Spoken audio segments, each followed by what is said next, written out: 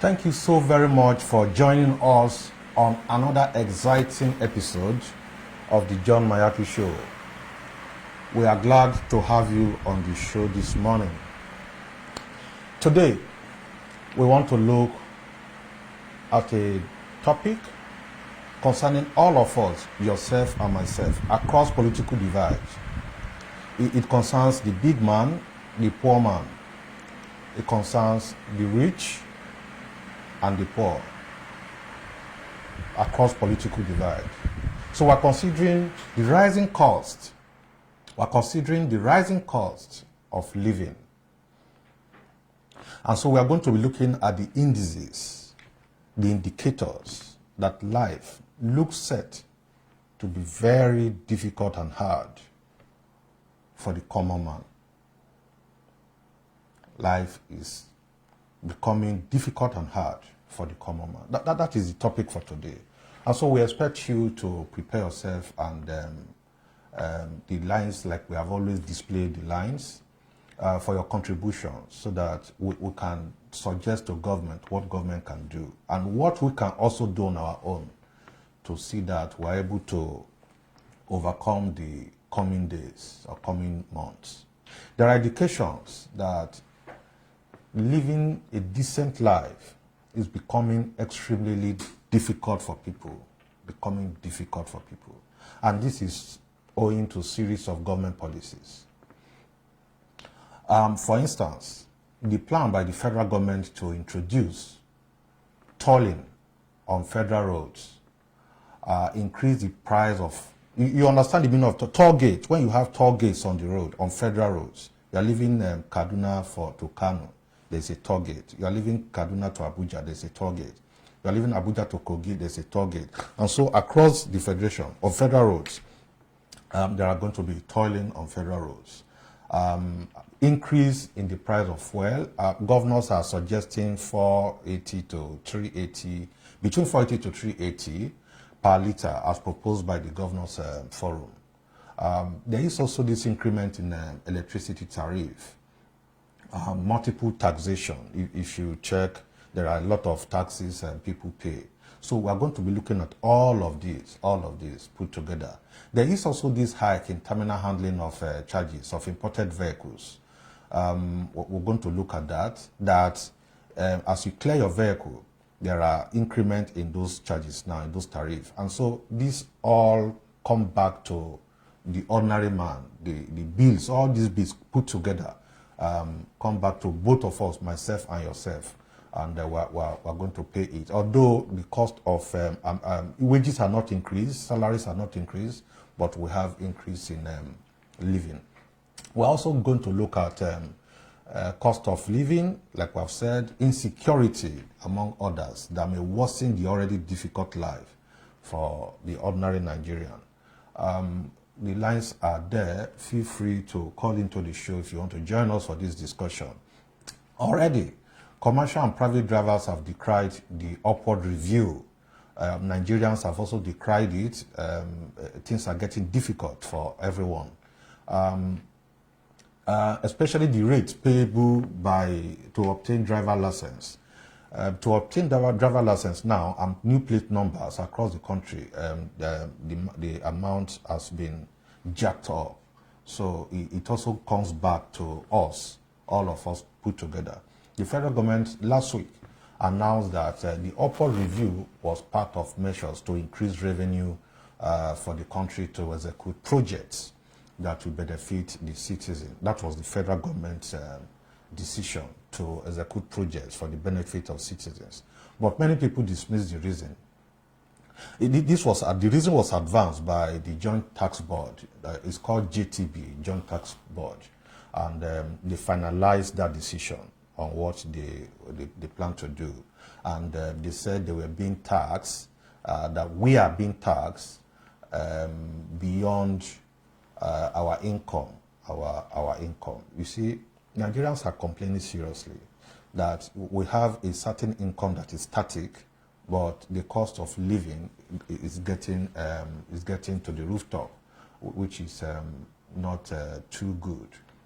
The Joint Tax Board last week announced that it will take effect from August, that is this month, on the 1st of this month, and that standard private plate numbers and commercial numbers, among others, will cost 18,750, as against the previous 12,000 naira. You can see that increment. And it also approved that driver license for 3 years and 5 years will now cost 10,350 and 15,450 respectively, as against the previous 6,450 and 10,450 respectively. Nigerians are already facing terrible economic hardship.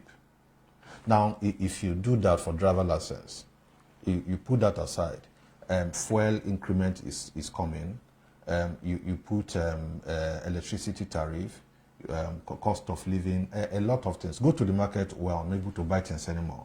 The lines are free to join us for this discussion. And so you have to obtain the driver license is becoming, and plate numbers is going to have a serious impact on and effect on the transportation sector. Nigerians have been struggling to pay school fees, don't forget, and medical care too is also there. And as such, this is not the best time to make increment in tariffs. It's not the best time. Apart from driver license, diesel prices have jacked up. For instance, diesel per liter now stands from 145, it's now 295.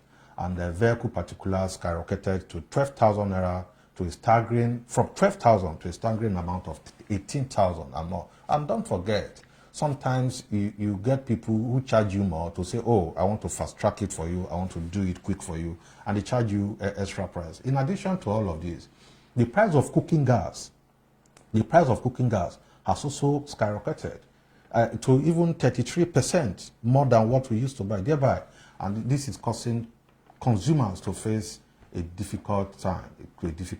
For instance, a 12.5 kg cylinder, which has sold for 4,500 in June and July, is now selling for about 6,000 naira at different parts of the country.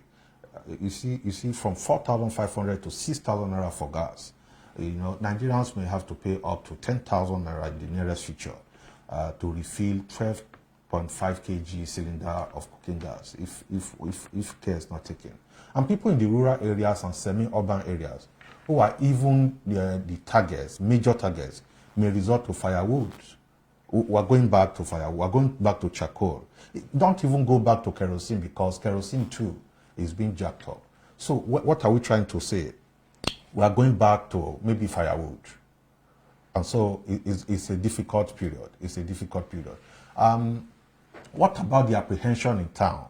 The apprehension in town over the return of toll gates on highway.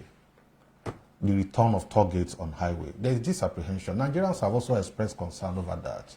That the federal government plan to reintroduce. It's a reintroduction. Don't forget we had toll gates before, and this is just a reintroduction. And that these are toll gates and collections on the designated and dual carriage roads across the country. It looks like a policy capable of impoverishing ordinary Nigerians, for me. And even at that, questions have been asked, and questions have been raised over the exemption of certain categories of people. Some persons are not going to pay these toll fees from paying the approved tolls when the plan take off. The Minister for Works and Housing, Babatunde Fashola, while addressing reporters at the Federal Executive Council meeting about last week, announced that the council had approved the ministry's request to introduce toll gates on selected dual carriage waste across the country. He announced that. But he exempted some categories of persons. He said diplomatic officers are not going to pay. He said military officers are not going to pay. He said paramilitary vehicles as well as tricycles. I understand tricycles. I understand motorcycles will be exempted, but there are some categories of others who will not also pay. According to the minister, cars will pay 200. SUVs and Jeeps will pay 300. Private buses will pay 300. Commercial buses will pay 150. Luxury buses and trucks will pay 500. That is, well, all these put together, by the time the transporter calculates the cost of fueling, the cost of repairs of vehicles, the cost of driver license, the cost of toll gates, and all of that put together, it comes back to both of you who normally use the road to travel. We don't have the wherewithal to fly across the country or to fly to wherever we want to go to. And so we keep patronizing the bus stops, the buses. And by that, we are expected to pay a journey of 1,000 is now costing us about 2,000 or 3,000. It's not going to be the best for us. Feel free, the lines are there for you to call and make your contribution. The planned reintroduction of toll gates is coming 18 years after. Don't forget that the administration of former President Olusegun Obasanjo dismantled all toll gates on federal roads throughout the country. That was in 2003, that period. And so toll gates were dismantled. It is our considered opinion on this show that the return of toll gates will further increase the suffering of Nigerians.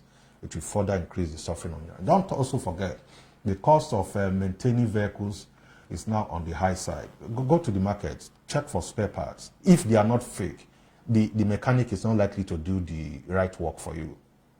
And so everything, we keep deceiving ourselves in this country. So if the federal government returns toll gates to add to what we're already paying on the road, then the passengers will get ready to bear the brunt. The passengers will get ready to bear the brunt. Both of us, myself and yourself, because the add-on will fall back on us. A journey, like I said, a journey of 1,000 naira will definitely jack up to only God knows what amount. We will pay multiple. We also pay multiple taxes, and this is without value for the money being paid for. There's no value for money. If there's value for money, I think before you put toll gates, you return toll gates, you fix the roads. The roads are in good position, and then you put tolls so that we know that there's value for money. Transporters will not bear the cost. Rather, it will fall back on passengers. They will pay for it indirectly. Passengers will pay indirectly, as it will also be add-on on the fares. And the most raging issues now is now the plan to increase fuel to, the governors are suggesting 380 per litre. The lines are there. You feel free to call and make your contribution and tell us the cost of living wherever you are. So the governors are proposing 380 to the federal government, but the federal government is saying no, that is not going to be. And this recommendation is coming from the Governors Forum. The governor's advice was based on the report of his committee, which was chaired by the Kaduna State Governor. The Kaduna State Governor chaired that committee, Malam Nasir El-Rufai. While we are yet to get over this, government is thinking of increasing electricity tariff. Electricity, you see, all of this put together, it doesn't matter which party you belong to. It doesn't matter. The problem is that majority of Nigerians will bear this brunt. So when we increase electricity tariff to over 50% increment, that is quite terrible. The Nigerian Electricity Regulatory Commission approved over 50% in hike of this tariff, and this is payable by customers of the 11 distribution companies and discos. What about multiple taxation? You see, across the country, wherever you live in, you pay one tax. If you are not paying, if you are a market woman, you pay tax in the market. You come back, you buy things. Well, you see, you pay a lot of tax, including ground rent. So there are over 50 taxes in this country. 50 taxes and levies collected by the federal government, by the state government, and the local government in Nigeria. If you put all the taxes together, there are over 50 taxes and levies. Don't forget that tax is different from levies. And so if you put this together, it's multiple taxation, if you ask me. In addition to the plethora of taxes and levies in Nigeria, it is more worrisome what the federal, state, and local government tax authorities impose different taxes or levies on the same income or profit base. The incomes are not increased.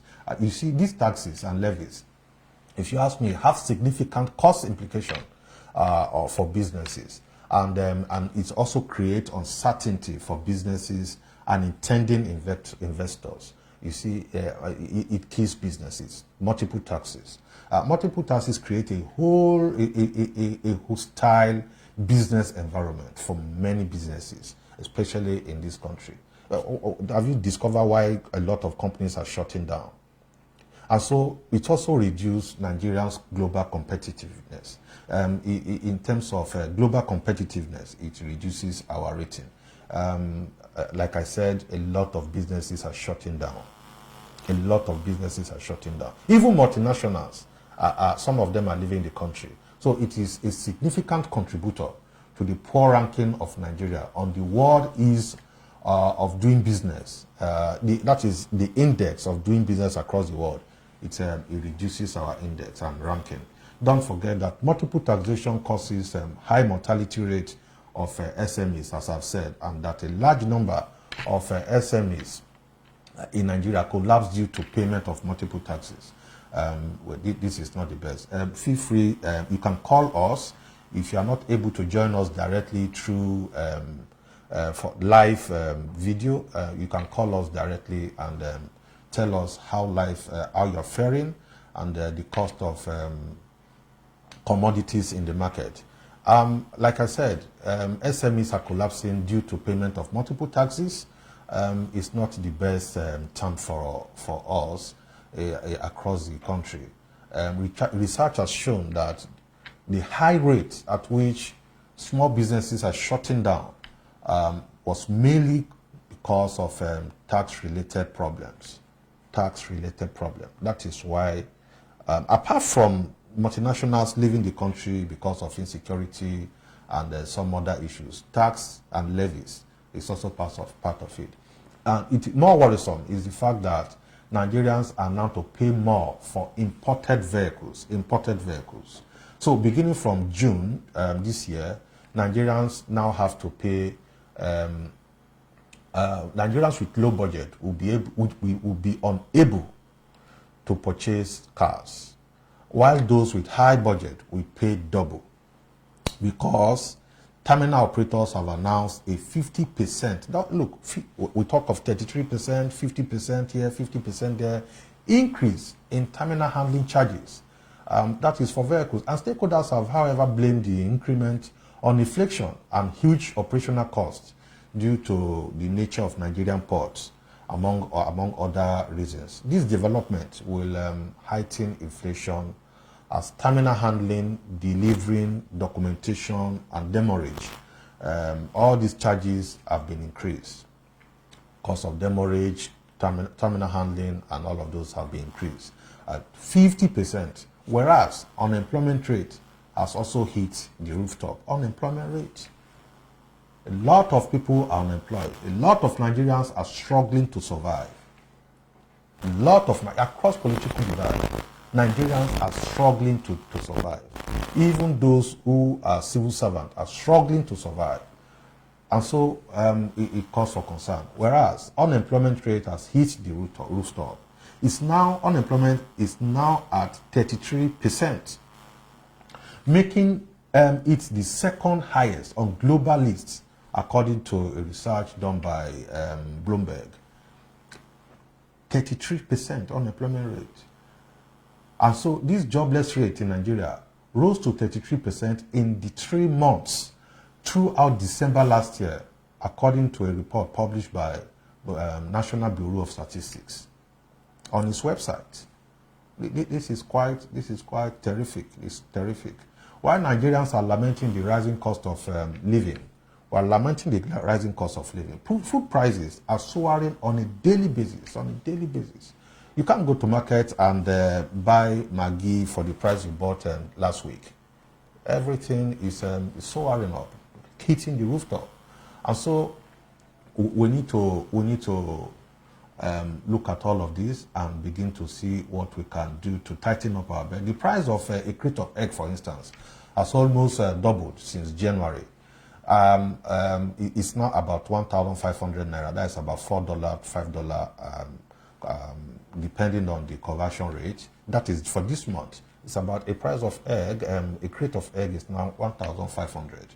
Normally, it was about 900, about 800, 900, 1,000.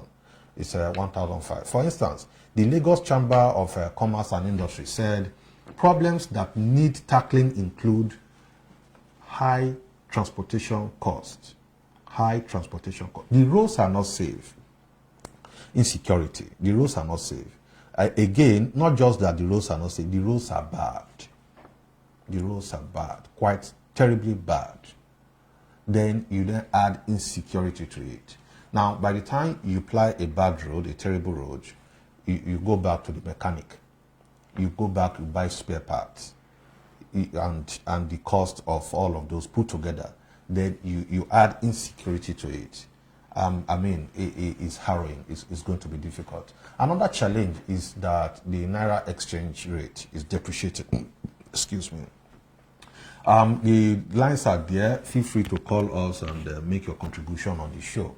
The other challenge is the depreciation of Naira, the foreign exchange liquidity shortages, the impact of climate change, of course, and worsening insecurity on farming communities. Insecurity on farming communities. It is quite terrible. You see, where do we go from here? When you go to farm, you can't farm anymore. It's either you have the farmer-header clashes, you have kidnappers on the farm, you have bandits here and there. Where do we go from here? You know. So where do we go from here? We must all tighten our belts. And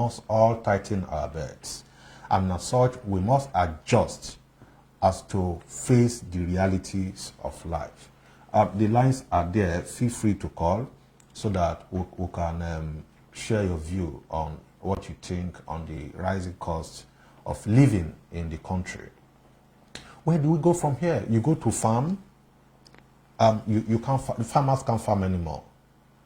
Those you see today, the farmers you see today still farming, only God help them. That the people just risk it. People risk their lives just to see that they are able to, even on subsistence farming, not just commercial farming, subsistence farmers are not able to farm and make living. Because you see that the kidnappers are somewhere waiting for you, bandits are there waiting for you,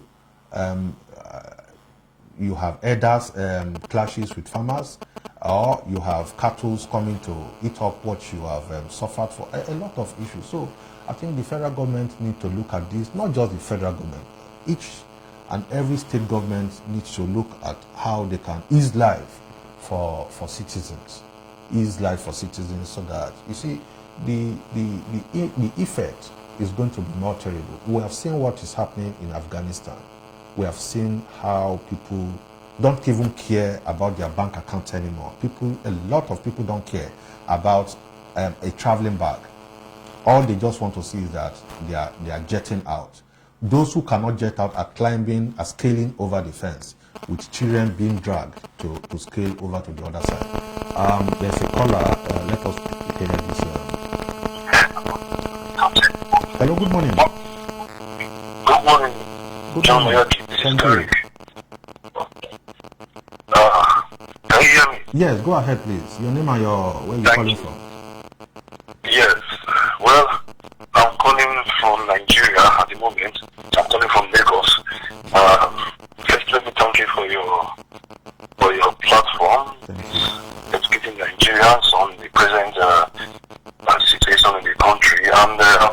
you have just touched on one or two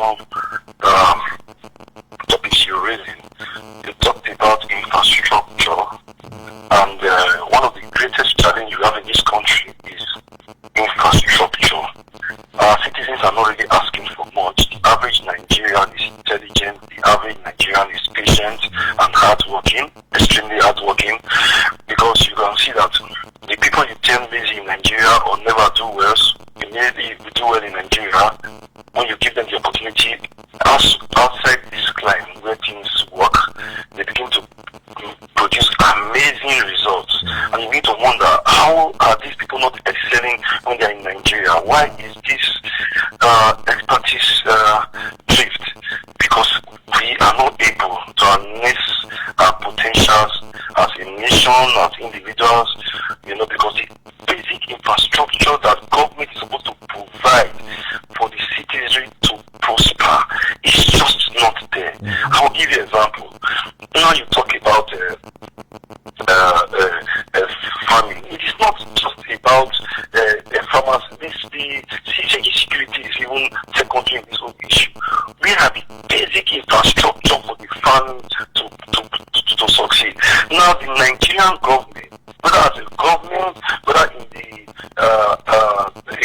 the national, in the state or local government, has a lot to in contribution to the well-being of the citizens by providing just the necessities. What are the necessities?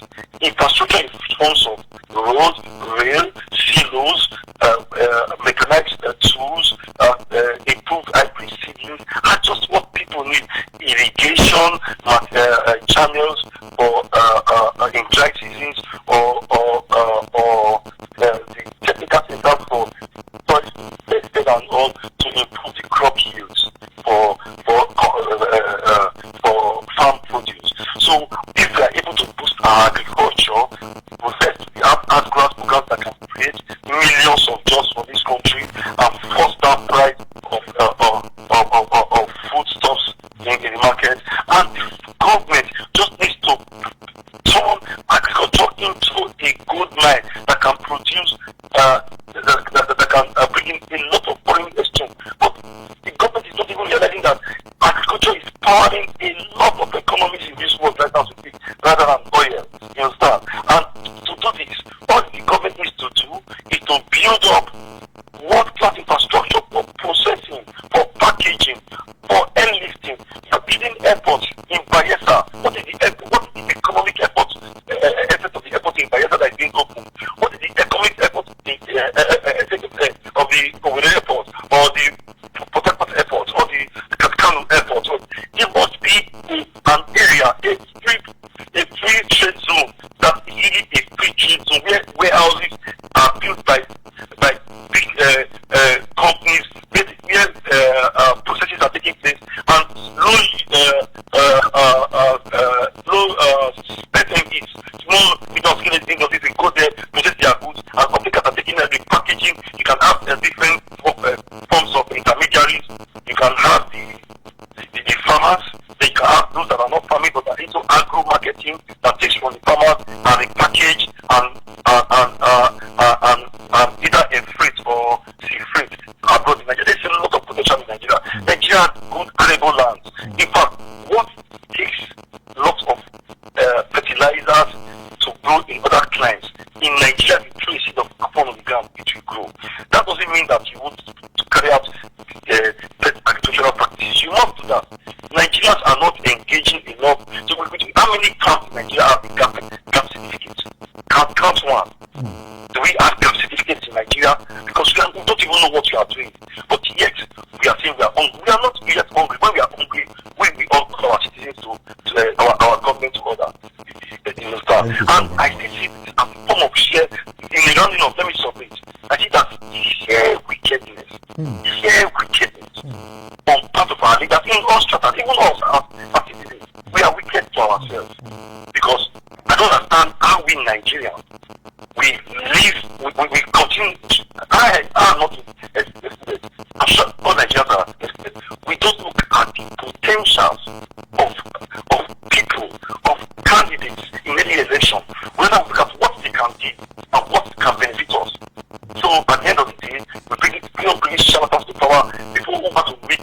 and eat and drink and take champagne. Meanwhile, those that can do this job are completely left out. So Nigeria needs a complete reform. We need restructuring in all sense. We need restructuring. Look at the next elections now. What are the next elections in Nigeria being based on? Which political party is coming up with an ideology to say we will do this or we will do this? We will make sure that the economy, the railways, are fair up. If you can link the entire part of Nigeria with railways, you have solved 30% of Nigeria's problem. If you give Nigeria constant electricity, you stop 30% of Nigeria's problem. The rest is just by the corner. Add healthcare to it, good security. Nigeria will be a great country today. Thank you so much. Thank you so much. I appreciate this call. Thank you so very much for this call. Thank you so very much for this call. Yeah, thank you so very much for that. The caller said a lot of things, and that we are even wicked to ourselves. If not wickedness, you cannot tell me it is because of poverty. You resorted into kidnapping because of poverty. No. If it is poverty, you can also use the energy you use in kidnapping into farming, and you feed yourself. It can't be poverty. If it is poverty, where did you get the money to buy the guns from? Oh, you didn't buy the gun. Somebody gave it to you so that you can hustle it. Why did you not ask the person for money? So, okay, give me money, I want to farm. I have a piece of land, I can farm ugu and I will sell to market. Go to the market. You sometimes I don't even find vegetable to buy. Because although I understand that there's insecurity everywhere, but again, the caller just said we are wicked to ourselves. But that is the truth. How do you see a situation where you kidnap not just 2, not just 3, not 5, not 10, you kidnap over 50, you kidnap over 100, and you say it's not wickedness? It's wickedness. Just think about it. On our own self, leave government out of it. Let us leave government out of it. Nigeria, woman to human, we have become so inhuman to ourselves in this country. Across the world anyway, but let us address ourselves. The lines are there. Feel free to call. Feel free to call and make your contributions. You see, we need to also address ourselves. Now, when you say the police is corrupt, the question I ask people is this. The police are Nigerians. They were Nigerians first before they were recruited into the police. You say NEPA is not good, that is BEDC. You say, oh, this institution, road safety is bad. These guys are all Nigerians. We are all Nigerians. And so it is the Nigerian man, it is me and you that should question ourselves, our morality, before joining the police, before joining the road safety, before joining any organization. And so when you kidnap people, when you collect bribe from someone just to do something for the person, you collect, in fact, you don't need it. In fact, when I traveled out and I gave somebody, say thank you, take a tip, of course. But the person was wondering, no, you don't need a tip. Thank you so very much. You don't even buy food for somebody in the restaurant. But in Nigeria, we want to accumulate everything. We just want to accumulate, and of course, on that accumulation, you have a lot of houses, you have a lot of cars parked in your garage. We are going to die. We are going to leave all of those someday. We'll leave them and we'll go. Now, the question you ask yourself, who inherits what you have done? Who inherits them? Your cars, your money. Sometimes you don't even know where, so people don't even know where your bank account is, which bank it is, and how much you have there. And strangers inherit your sweat. So let us take it easy. How much are you going to eat? How much exactly do you need to survive? So, and you kidnap somebody, you kidnap your brother. Sometimes they die. You don't just kidnap to collect money. Sometimes you kill them.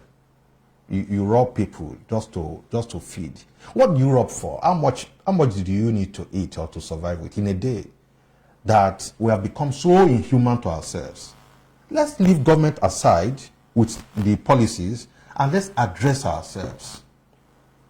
Let's address ourselves and see how we can correct these anomalies. The lines are free, like I've said. We'll be in the next 6 minutes. We'll be rounding up this program. Feel free to call and talk to us. The cost of food prices. Number one, electricity prices. The tariffs are being increased. Transport fare is going to affect transport fare. And so there's this caller here. Hello? Yeah, hello. Good morning. Sergio Miami. Yes. Yeah, this is Dr. Osage. Oh, Dr. Usage, thank you so very much for calling this morning.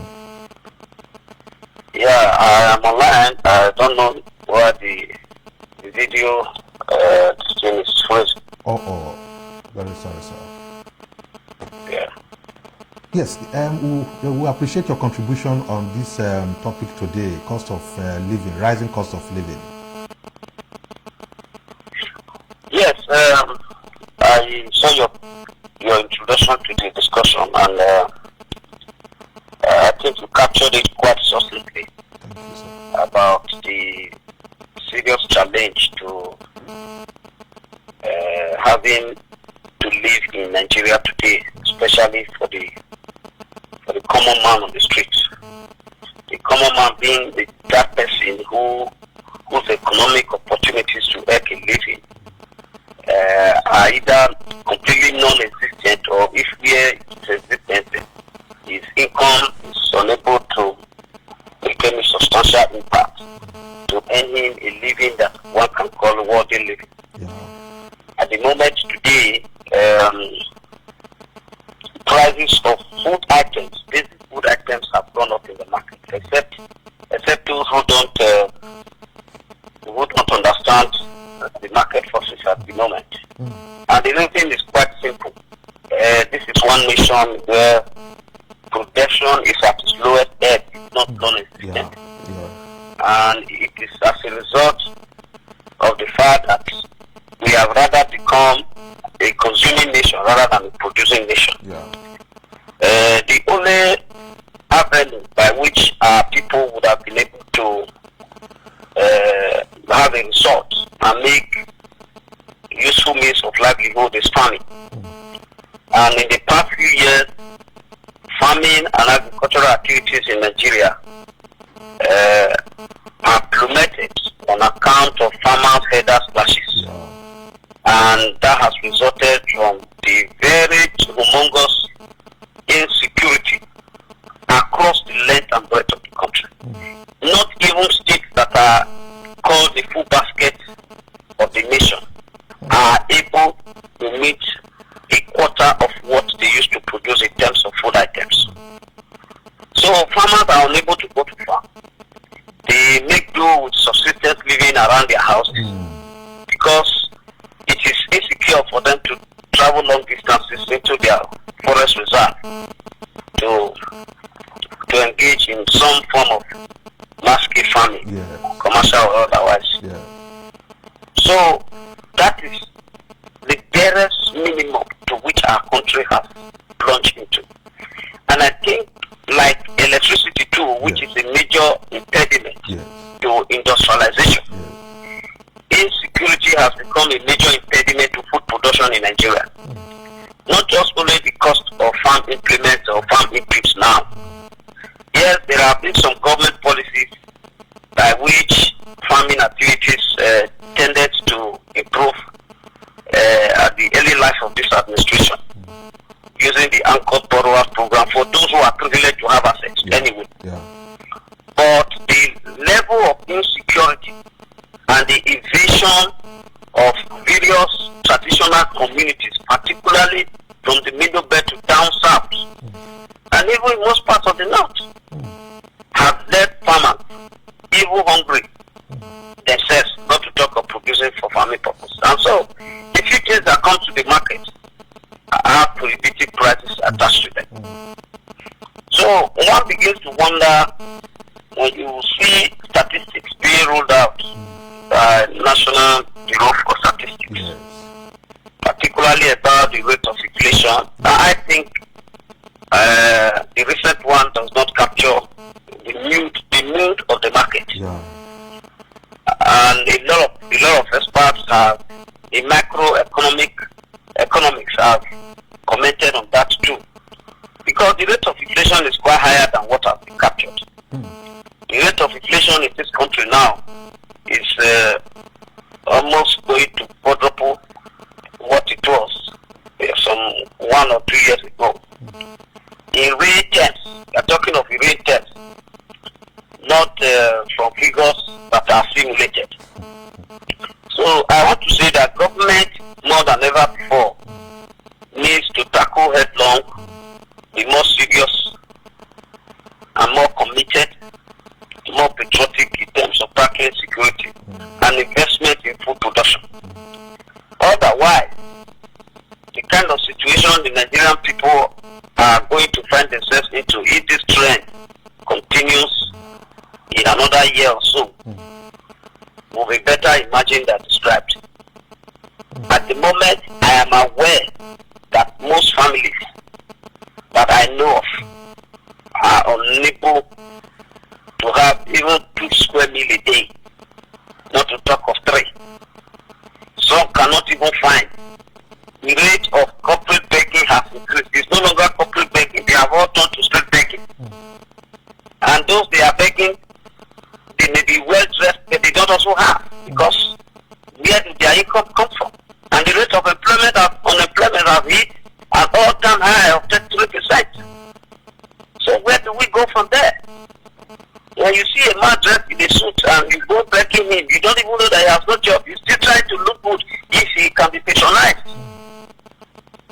So it's a vicious circle of poverty that we have found ourselves, and it's pure economic management issues.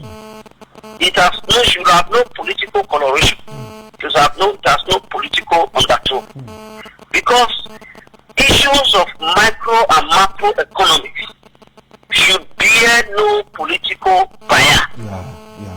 Because the management of the political economy of a nation must carry a patriotic and a non-partisan face in such a way that all citizens must be able to have the barest minimum of economic activities that make them a living. At the moment, that is difficult. Those who are earning, who are lucky to be earning and being in government employment or private employment, their take-home pay can no longer take them home. And now, in the absence of an economy that guarantees fuel security, you are going to have the outbreak of diseases. People are going to start falling sick much more than ever before. And this is also happening in the midst of the deadly corona pandemic. And I see that is not enough. Doctors are going on strike. I mean, where are we heading?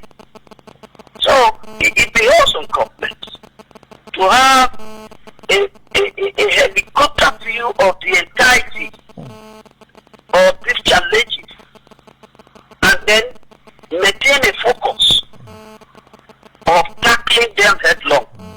This approach, for instance, to harassing doctors who are on strike, is not the best. I read this morning that the entire orthopedic doctors in one federal medical center have all emigrated to Saudi Arabia.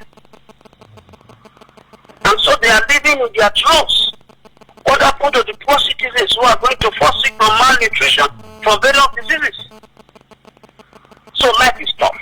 Accessing social services is challenged. And there is no way anybody can make excuses for it. Government just have to exercise the powers under the law to make life more beneficial. After all, the primary purpose of government is to guarantee security and welfare of the people. And that is the irreducible responsibility of every government. It may not be able to do that. But under the kind of circumstances that we have found ourselves, that both micro and macro economic indicators shows that our economy is at its knees, at an all-time low ebb.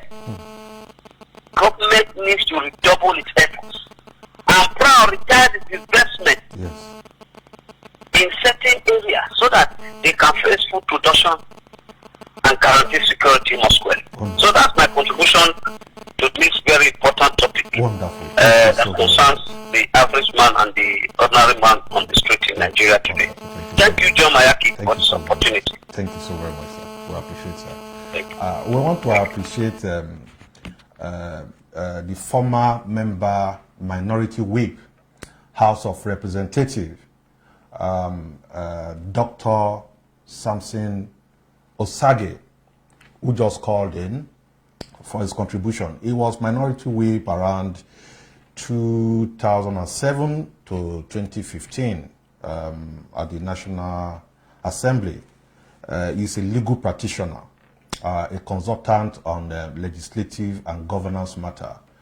Dr. Samson Osage, we want to appreciate you for that call. We're supposed to connect you live, but for technical issues that we are still trying to resolve in the studio, I think we'll do better on that. We want to appreciate you for your contribution. Very wonderful contribution.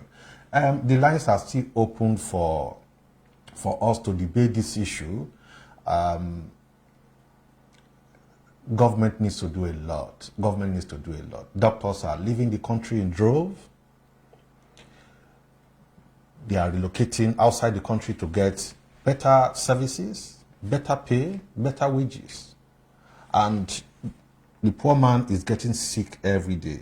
In the midst of coronavirus, the prices of food skyrocketing. The poor man can't get food to eat. The poor man is sick. He can't access medical care. In fact, the doctors are not even available to treat. Where do we go from here? And sometimes, if you ask me, it is the poor man too that is also being kidnapped. Yes, if you no, kidnapping generally is bad. We can't continue on that. But most of the people bearing all of this brunt is the poor man, the man on the street, the ordinary man. We need to help ourselves. We need to be police to ourselves. But again, when we talk of policing, when we talk of security, it is also between me and you. We know these guys. You live in a house, you don't know your neighbor, you don't know what he's doing, you don't know his profession, you don't know his job, you don't know where he works. The man lives an affluent life, and nobody asks questions. We must begin to police ourselves for a better society. We must, because even the poor man, the rich man is not even safe. Because if it happens today, the rich man is not safe. If you are safe, the rich man is safe, the family can be safe. If the families are protected abroad, it's okay. The extended family can also be safe. They can be safe. If they are safe, you have families in the village, you come from somewhere, you can't be safe. And so wherever you are, be it in government, you need to do what you need to do. It is not the accumulation of wealth. When you accumulate wealth, you also know that it's not, you are not guaranteed. You are not guaranteed of your tomorrow. Nobody is guaranteed of tomorrow. So in all of this, let us do what we can do to make sure we have a better country for ourselves. In all of this, let us make sure we all do our best that we don't become a country like Afghanistan and some other countries where it is complete war on a daily basis. Let us do whatever we can do in the small corner where you are, wherever you are, whatever you can do in terms of advice, in terms of reaching out to people, supporting the poor of the poor, supporting whoever is hungry and the sick. Whatever we can do to help ourselves for humanity purpose, let us do it. This will be all on today's edition of the John Mayaki Show.